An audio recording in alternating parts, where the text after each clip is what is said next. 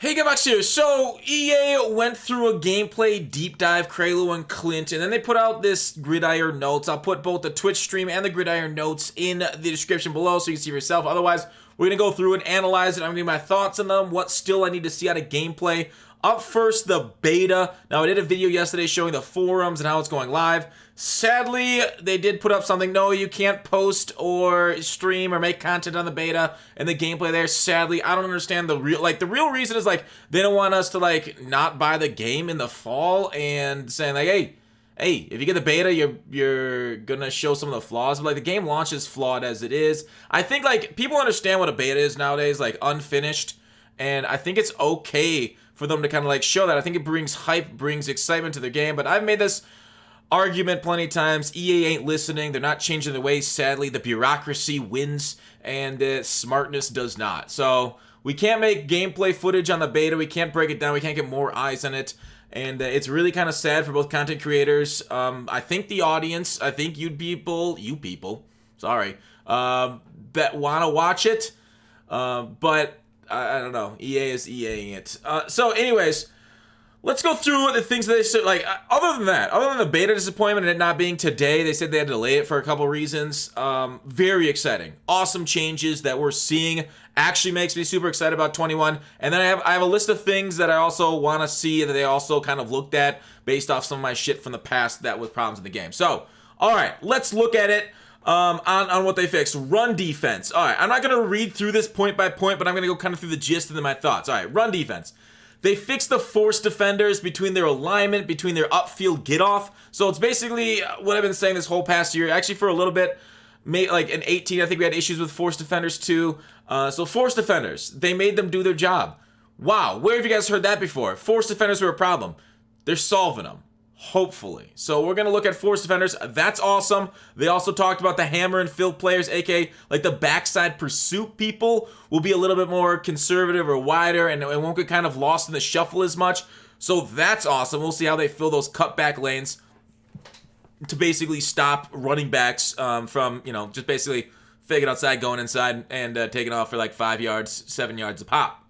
So hammer and fill players. Awesome. As long as run commit and like pursuit, run fits, those things are working. I love it. But of course, we have to get our hands on it. But they are promising fixes to the things they do.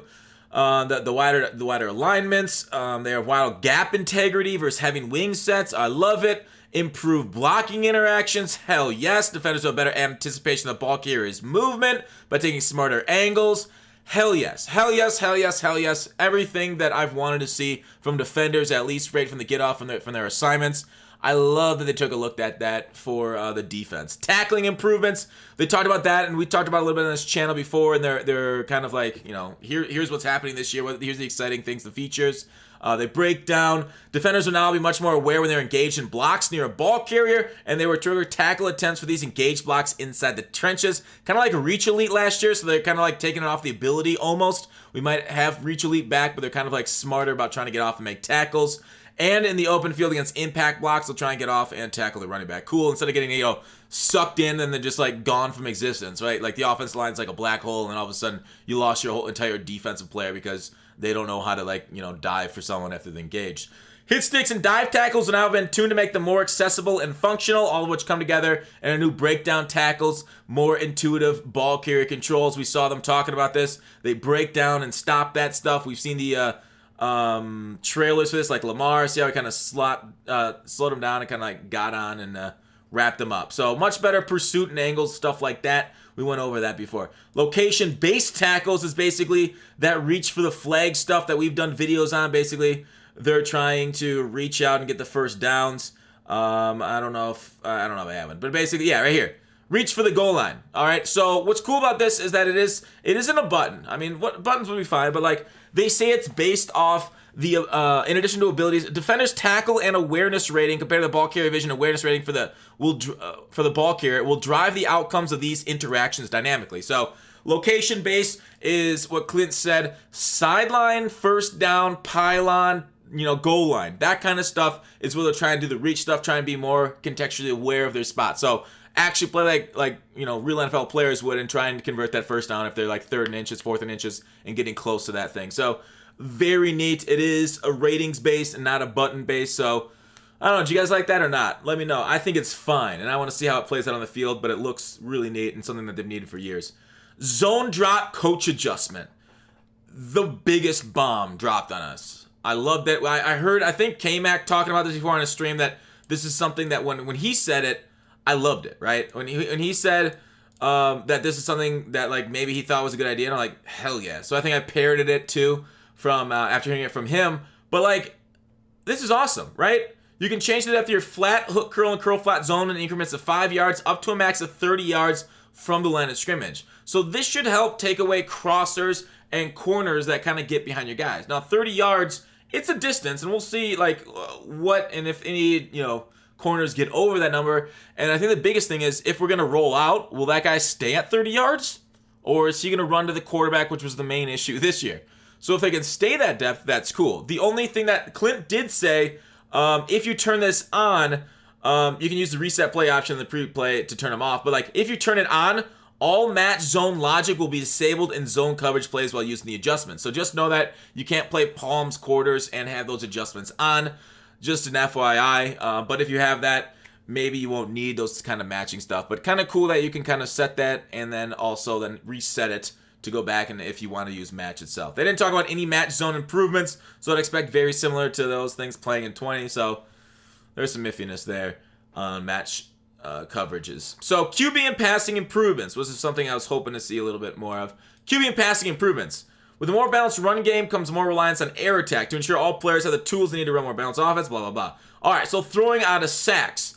So basically they say this is going to be contextual. Where in your throw motion you're getting hit and at what angle. If you get your arm hit, if you get hit early on, so if the QB is hit in combination with the QB strength rating, the more likely will be fumble. So like the higher the strength rating, the less likely you are to fumble. So just know that. But like it wasn't an ability last year, that last ditch ability. They basically put it in the game now. I didn't actually like the last ditch ability because I feel like I threw some ducks. So this will probably throw up a few more ducks than we want. It'll probably actually be a negative to the passing game, to be fair. We saw in the trailer, we saw Baker Mayfield throw up a duck after getting hit. I think it was in, I don't know. I want to go to these zone drop adjustments, right? So here's what it looks like. You can kind of go to your coach adjustment menu and drop there. But like Baker Mayfield, when you're getting hit and you get it out and then it kind of like floats in the air, that's actually bad. So like in previous, when you got hit, it kind of like went to the ground. So this actually might be a negative for the passing game because you'll throw more interceptions as you're getting hit. But positively, deep passes under pressure. If your quarterback expects he's going to get hit, then he'll speed up his deep throw, like over 40 yards. They'll speed up their motion so that way they get it out before they actually take a hit. Interesting that it's only 40 yards or more. I really wish they made it like, so like guys on like short passes wouldn't take long windups. I really hope they kind of like shorten it up so like everybody's like basically passing it like Aaron Rodgers, because NFL quarterbacks all don't wind up like Tim Tebow, like they seem to in the game. But like when they're under pressure, they really get that out quick. So it's too bad that it's only 40 yards or more. I wish they'd do that for the lower ones. For the deep pass under pressure, but otherwise it's a good feature, right? We're seeing a lot of great features that they're adding, like a lot of things that we've had problems with, right? This when I was first hearing all this, it was like music to my ears. It was like the hills are alive with the sound of football, and I love it, right? It's better than the hills having eyes, unless you're into that kind of thing. Then I'm not going to kink shame, but this is cool, right? And then they have QB branch outs. QBs can now quickly branch out of the drop back to throw the ball at any time. As soon as the QB has received the snap, if the receive button input is given, the QB will immediately branch out of his existing behavior and throw the ball to the intended receiver. So West Coast passing systems hopefully are back where you can just kind of get it out quick. You can be like the Joe Montana of old. It includes branching out of play action fakes. They'll also have more control of branch out of drop back to scramble by moving the stick either 45-degree angle away from the line of scrimmage, while also re-enabling the controlled rollout movement, which you can toggle by tapping the right trigger R2 button. So it's a little bit of a long run-on sentence that I don't really it's not a great sentence, but we kind of get the gist of it. Like you can go in and out of that rollout function or take over it. Along with that change, this one, and the quick throw, get it out of the intended behavior. Quick throw and accurate's gone from Madden 20. That got turned off. So like, You know, wheel routes where you threw a quick in 19 to face against like cover 3 when they were just like play cover 3 stock, you just kind of quick throw it out on the wheel route and they get good upfield momentum. That's why we ran those wheels. That's why we run running back wheels this year, because they're actually moving upfield and they rack the ball well. Well, guess what? We are no longer going to be throwing it wildly out of bounds on the quick throw and accurate. So quick passing game is back. This is great, especially if you're under heat. If the defense is just blitzing 7 the whole time, guess what? Now I can quick throw a wheel and make you play when hopefully make you pay when you're playing a deep zone. Whereas this year, you had less of a chance of doing that. So, in accuracy, power, tuning. Also, one thing I want to talk about, deep passes under pressure. The QB throw under pressure rating will modify both the power and the accuracy of the pass, you know, as they're under pressure, throwing the ball, getting hit, that kind of stuff. So, he will know the QB defender before the release of the pass. There it is. Okay. So, accuracy, power tuning. With a variety of improvements done to passing, we also did some tuning to improve under pressure cross-body passing accuracy to bring more balance for both, making both inaccurate penalties more contextually appropriate to the situation. Now, none of this shit mattered with the deadeye, roaming deadeye, dashing deadeye. This shit meant nothing. If they bring back those deadeyes, 21, this shit means nothing. So, I'll see it. I'll see what kind of abilities we get next year, because I ain't gonna believe that until I see it. We've added a new max distance passing power penalty, which will activate when targeting a receiver who's deeper than the quarterback's max passing distance. The max passing distance for each quarterback is determined by the throw power rating. This penalty also decreases the strength of the pass when throwing deep passes on the run, with more severe penalties to throw power for cross-body throws. I don't understand this. Like, this is like throw on the run, cover 3 beaters. Like, I'm trying to know, what would this penalty apply? If they're further than you can throw the ball, what's the point of this penalty? Because you won't be able to get to them anyways, right? All those cover 3 beaters and whatnot, you're throwing it to your max pass distance anyways. I don't know. This is something I'm going to have. Hopefully they explain what this max distant passing power penalty is. A receiver who's deeper than the QB's max distance penalty. Max passing distance. When is the receiver more than 65 yards on the field, and you're trying to throw it to them? Maybe when they're coming back to you. I don't know. I don't know that one. The crossbody makes sense. That kind of stuff. Penalties there. Enhance the in-game passing feedback text so players can have more transparent understanding of the results of each type of throw. Cool. Communication's key. Love transparency. Parity for handoff animations. This is so that way when Joke wins next year's championship, it doesn't matter that he has Tressway at quarterback, because it's Eli Manning. 11 cap Eli Manning can hand it off either way at the same speed, and he won't need to put a punter at quarterback to hand it off to the left faster. Hilarious. Instead of, whatever. I don't care. All the handoffs are going to be the same speed either direction. Cool. Pass interference and illegal contact. Now, if you're a user bumping receivers down the field, you will get an illegal contact penalty, as it should be. But it's going to be interesting because they say these penalties will be used in both. No. Trying to. Oh, this is a big thing. The goal with these is preventing users from intentionally obstructing receivers from getting to their routes and or catch spot while trying to overlook incidental and unintentional content. How do they determine what's incidental and unintentional versus what's on purpose for the user? I don't know. Madden's never been great with their systems. Could be an issue, and I could see some frustrating moments from that, getting past interference kind of stuff, incidental contact, maybe not. So I'm sure we'll find some way to exploit that, and, well, maybe we won't. Maybe EA will nail it, but chances are low. Defensive contain balancing.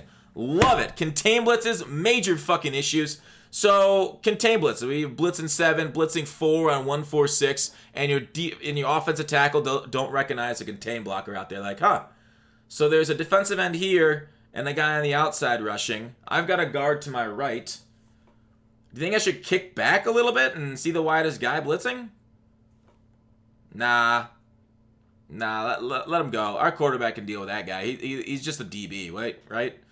It's like they go Casper on us, and like they don't recognize just because you're in a contain. So what they did, instead of fixing, hey, this guy's in a contain, maybe I should think about blocking. Instead of doing that, instead of fixing the O-line intelligence, they're like, hey, contains now move wider and slower. That's their balancing. Contained players rush at the quarterback at a slower speed. than if he was not in the contain assignment, as long as the QB is inside the pocket and not using scramble movement. The contained player will be moving at a speed slow enough to read the quarterback with the intent to keep him in the pocket, will not break into full speed rush unless the QB starts to scramble. This change will bring balance by giving the defense the ability to quickly react to a scrambling quarterback with an unblocked contained player while giving up a little power in the pass rush. That's what they did 2 years ago. It's fine. I would have preferred O-line intelligence improvements, but it is what it is. Catching responsiveness. All right, this is kind of neat. They offer more stick work in the passing game. Players can now dictate the direction they want their catch to take them as they secure the catch via left stick input. Remember how, like, in West Coast system, you catch the ball and run out field quick? You know how why we liked wheels is because they were already going up the field and the momentum was carrying them? Whereas, like, flat routes would take, like, 10 years for them to turn around and get upfield. So, this is kind of the responsiveness. For example, when holding up vertical on left stick and using the possession catch, you'll catch the ball, possession, and fall that way, right? And that's what it says. Awesome. Based off your stick input. Ensuring the receiver won't go to the ground short of the sticks. This increasing control is also critical when throwing underneath routes, as responsiveness allows receivers to quickly turn upfield after using a rack. One obvious case to notice this improvement is when a receiver nearing the sideline, the user will have the ability to control him inbounds as he turns on the field rather than running out of bounds. So, really neat, in my opinion, to allow us to attack, the West Coast style, the underneath stuff, and rack up the field. We'll see how responsive it is, of course, when we get our hands on the game, but awesome feature. Awesome, awesome, awesome. The one thing I don't see here is how much, catching traffic is going to matter. It's still going to drop the ball if there's any footsteps within 10 feet of them like they have in 20. They catch the ball, take a few steps, and then drop it because somebody, breathed on their back. So they didn't talk about catching traffic, which is something that's disappointing with the catch responsiveness, but it is kind of cool. Player personnel package. So when I want to show you, they had the package, right? So if you come out, Wildcat, we're getting to that in a second. I wonder if they went out with Wildcat first. That was ability balancing. Here it is. So see how there are two tight ends out here in a spread formation? You can now audible, because it was in a package. You can now audible to things with two tight ends, right? Because your package had two tight ends in them. So it's very neat to basically take advantage once you go twin tight end slot. So your set is now one running back, two wide receivers, two tight ends. So now you can switch to a package that has the same number of players, but deuce close, right? That's what they showed. Going from a spread to deuce close by audibling down. So anyways, very neat. I think movement, it will, offer some abilities to, I guess, quote unquote, cheese out or take advantage of the defense. If you come out and it shows 3 wide receivers, but you actually only have 2 wide receivers out there, then they can audible down. We'll see if they could take advantage of the run game a little bit. If you come out in a wide formation to try and get some edge blitzes in, they can just kind of run up your gut by going to the deuce close or another thing like that. So there you go. There's the that change. That's kind of neat. Balance for repeated audibles, play flips. If you audible or play flip 3 times, there's a good chance you're going to false start penalty. 4 chance, even better. 5, 6, etc. You get a better chance. The more you flip, they saw a joke, just keep flipping and audibling plays until they got the slight advantage when the defense going to keep up. And they're like, well, instead of fixing the defense fucking up, let's just make them jump off sides and give it 5 yards. So you can basically audible/play flip twice next year. 3rd time, you're risking a penalty of 5 yards. And, it's okay. I don't mind it. I don't mind coming out one thing, audibling one time, then audibling again, and then more than that, and it just seems like you're, I don't know, a little too much. Audible seems like the most. You can still hot route as much as you want. Player fatigue for out of position ball carriers. Basically, they said the Wildcat is too powerful. So after a player who is not a running back by trade, such as QB, wide receiver, tight end, has carried the ball as a primary ball carrier in multiple consecutive plays, that player will start to quickly deplete his stamina, especially on tackles and hit sticks. This risk applies to non-running backs in plays like Wildcat Power, Jet Sweep, Touch Pass, and QB Blast. As they get tired, you'll notice them become less effective on the field regardless of the role thereafter. These players will need to be subbed out of the game if overused. If not subbed out, their play will continue to degrade as they get more tired. This system will be used both on competitive and simulation game styles. With this change, is a significant reduction of fumbles by scrambling quarterbacks in all game styles. I like the scrambling quarterback fumbles. I thought that was a good way of balancing out how powerful the quarterbacks that everybody uses, which are scramblers. And except for all Madden competitive. All Madden competitive will probably, because it's salary cap, not have much fatigue, but they will keep the number of scrambling quarterbacks and fumbles for that. So, I don't know. I would have been fine them keeping the fumbles for quarterback scrambling, because don't get your star quarterback touched. Like, one of Lamar's biggest attributes is the fact that he doesn't really take huge hits. And if you're taking huge hits, controlling Lamar, you're doing it wrong. Don't take hits with franchises. Okay? However, as players start getting more fatigued, the likelihood of fumbling will naturally increase. Okay. Kicking game tuning. They made the kicking game harder. Okay. They made it harder to coffin kick or kickoff exploits like scum kick. So, cool. Ability improvements. Wide receiver route ability balancing. I don't like this one bit, right? Instead of now allowing slant specialist post flag elite, they now say sideline specialist. So you got to catch the ball around the sideline, and it doesn't matter what route you ran before it. You now catch the ball well on the sidelines. I don't like it. I don't think it makes sense, but it is what it is. It's a change. I think maybe I'll get used to it. Otherwise, I actually do friggin' hate this. I think this is a major downgrade. I really wish they just left those alone. Coverage defender ability balancing. No longer can use man up, zoned out, and universal coverage. Well, universal coverage is now an X factor. But basically, they say you don't want just a set it and forget it defender. So now it's the same thing as wide receiver, where you say, hey, you are now defending this portion of the field, and you will be a superstar at it. So we'll see if this allows us to play like a stock cover 3 as a god tier defender. She's like, all right, now you got deep thirds, and you're going to be god at that. So good luck to my opponent trying to pass anywhere near the sidelines on the outside, because I got gods there. So we'll see how much reactiveness they have for that, and if it's going to be a problem. Otherwise, it seems like a straight up nerf to both of those things, which fine. The only thing I hate is that these were the only things that allow me to catch the ball, right?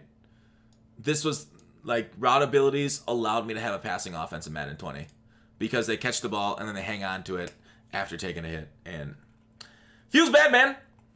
Although it's sometimes like the streak specialist, if you just swerve in it, it was kind of glitchy. I hated that. But pass lead, I mean, this doesn't change anything for the streak specialist. Just deep third, right, as your wide receiver. Pass lead ability balances. Pass lead abilities from Madden 20 were fairly polarizing. The thing about pass lead abilities were, if you knew how to pass lead and your offense, like if you knew how to pass lead up on flat routes, it was actually really good. But the problem is a lot of new players, they didn't know that, and they took it because like, oh, that's going to help me out. And if you didn't have a very sophisticated offense for it, pass leads fucked you up. So that's sad. Logic makes some pretty impressive plays and throw receivers open in the best of circumstances, but more often than not, they could result in throwing uncatchable passes that were out of the reach of receivers. Yeah, if you didn't practice with it. If you just took it and did it, I don't know. I think, whatever. I'll hold my judgment on this one. They have removed the increased leading distance of these abilities and instead boost the ball's velocity when using the precision passing mechanic and left stick in combination with a bullet pass. So Gunslinger. They made it into Gunslinger. This new benefit greatly reduces the ability for defenders to make a play on the ball when making the correct read and should provide to be a powerful perk for pocket passers. I don't know, like, I think the benefit greatly reduces the ability for defenders to make a play on the ball. Is it just the velocity, or did they actually nerf defenders along with it? If it's just the velocity, okay, I don't care. I think I missed some stuff. They went over much more in the... All right, yeah, they did. All right, cool. We got some more stuff on this to go through. They went through. I want to talk about the controllers. Actually, I got printouts. So, the controllers. All right, they want to hear a feedback on hurdle versus truck. They moved truck to the Y button. Let me see if I can't get out of the way. So they moved truck to the Y button. Hurdle's now the right stick. They did this because there's a new jurdle, a juke hurdle. Now, if you juke, that's cool. But if you accidentally juke up slightly, you could jurdle and fumble and be like, oh, all right, I slightly missed that. That's too bad. Spin is now, the same spin thing happened last year. So basically they want to allow us to kind of stack moves a little bit better. I don't think that's a bad idea. I like the intention of it. The thing about hurdle is bad when people aren't cut sticking you, right? If cut stick isn't in the meta, hurdle's not in the meta. Cut stick was last in the meta a few years ago because it caused fumbles. This year they didn't cause fumbles, so nobody cut stick. There was no reason to cut stick. So the hurdle, even with superpower hurdles on Leapfrog, it just wasn't worth it.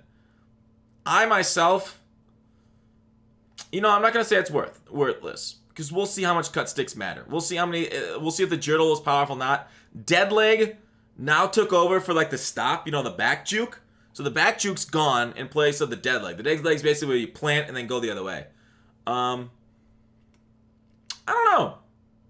Dead leg seems like a very close, because you're shifting your body weight one way or the other, very close to juke. So dead leg will be, I don't know. They just added it. I'm assuming they're gonna add in something that like is powerful more than less powerful, but I'm gonna reserve judgment on the changes until I feel them with the beta, right? Nothing else. Celebration also moved to left trigger, so we no longer have the ability to left trigger and use like precision spin to kind of move in the field really far. They said that kind of stuff, that steerable stuff, is not under ratings. So it's less in our hands now and more in the hands of RNG and ratings. And I think the movement of the running back this year was not something they needed to fuck with. I'm a little disappointed they decided to spend time on this, but I'm excited to see what the dead leg is and see if it works out well. The rest of it, I guess I'm skeptical, but you know what? Optimistically skeptical on these changes. As for the defensive line mechanics, we got speed rush, contain, SWAT, switch players, rip, bull rush, club swim. Club swim? That's where I go to exercise. All right, that's Club 54. Whatever. Interesting that bull rush was right stick down. I would have figured bull rush would be like LT instead of contain. Like, what's the point of having contain if you're user rushing? Isn't that just you using and you just using your contain? I don't understand. We'll see what contain actually does when you're in the field, but weird that bull rush is down on the right stick. Up for rip. Club swim. Okay, so anyways, they're there. And then they went through like on the field as the defensive player. There's some interesting stuff. There's the Jurtle section. Pass rush mechanics. Alright, they went through some stuff. Alright. Do you see these little dots? If you beat him to the right, he gets more dots. And he starts remembering you beat him to the right. So it becomes harder to beat him to the right. Do you see these little dashes? That's the amount of pass rush moves you have. You regenerate 1 per play. And you get like 2 back on 2-minute warnings, halftime, that kind of stuff. So once you're out of pass rush moves, you can't do it anymore. Now, the counter to this, if they know you, all you have to do is switch your pass rushes to the other side. And then that resets for the new guy. If you switch them back later, it goes back to Judon. So they recognize what he did earlier to them. So basically, if you're used to D-line rushing, you can't sit in the same position all game. You have to do this skillful move and flip him along the line to a few different spots. Whatever, right? We'll see how powerful it is, how quickly you can get through, and how crazy the zones are with the passing game. And I mean, if you can clear out the pocket in like 1.5 seconds, that's pretty powerful.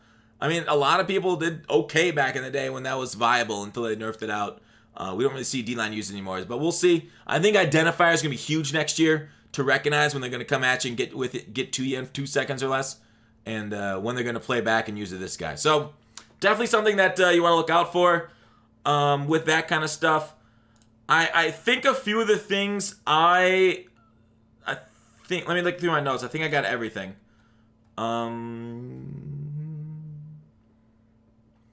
Tackling, coach adjustments for flats, QB passing improvements, contains, stamina, abilities. They say they got more info coming on abilities soon. Run game mechanics with the change, the pass rush, and then the beta we talked about. All right, so some things that they left out that I still have like, hey, these are kind of some bees in my bonnets about things I want to see that different with the game. So, take it from the top. I want, on dives, I don't want the D-line to get pushed back 1.5 to 2 yards like we often see. That's something they didn't talk about. Dives, hopefully D-linemen don't just get pushed back like they have. Hopefully they can do some pushing or hold the line a little bit better. Otherwise, dives are going to be the powerful meta this year now that you equally fast handoff right and left. Defenders not reacting to balls to their head. I wanted to see a little bit of adjustment like, hey, how smart are they going to have it when you throw at their head and they just don't do anything? They just kind of stand there. Or throw at their face and just stand there. because they do well when the ball's away from them. They're superhuman reaching out and running to that. But right at them, they sometimes freeze. Play action is booty. They did talk a little bit about branching out of play action. We'll see if play action pass blocking this next year is any good. We don't know about that. Spies running and reacting to the quarterback and getting there quicker. I feel like they were a little slow this year, but I don't know what they could do with the scrambling quarterbacks. They didn't talk about cut blocking contains. The ability to cut block D ends didn't get talked about at all. Quarterbacks behind the line of scrimmage with no escape artist, still a little sluggish it looks like. They didn't talk about that. Wide receivers not holding on to the ball in possession catches, which I talked about. If somebody jukes or spins into like a hit stick or one of those tackles, do they get punished? Because they currently don't get punished that hard this year. They should increase the punishment ratio of making a bad decision to juke and to spin into a big defender like a Cam Chancellor type. The scramble drill and wide receivers, once the scramble drill starts, are they going to go somewhere smart, or just going to kind of go to the center of the field and go and run towards defenders sometimes?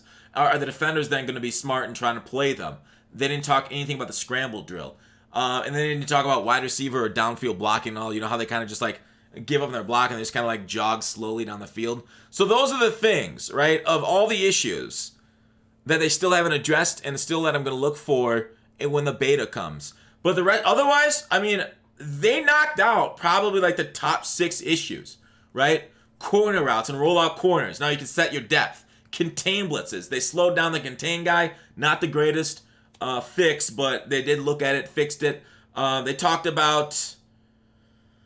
Shoot, I gotta go back and look at it. The run gaps, both force defenders and fits and stuff like that. They talked about better animations with tackling, because tackling were a major issue. QB passing improvements to throw out of sacks, even though I don't know about that. But speeding up the quarterback throw animation. They talked about, fumbling and stamina and wildcat cheese. There was an ability Lamar had called Truss with 2 Z's. And I don't know what that's going to be, but that's like an interesting ability. They talked about, new mechanics, pass rush, that kind of stuff was whatever. But like they talked about the main issues, right? Run game, rollout corners. And then they talked about balancing abilities a little bit. So the main portions of our feedback got looked at and fixed. But like I said, like I went through with that list, there's still a little bit more that I'm concerned about seeing in Madden next year, and we'll look for in the beta. But that's it for the video. I hope you guys enjoyed. Sorry for making it so long. Thanks for watching Call to Action. I'll see you tomorrow.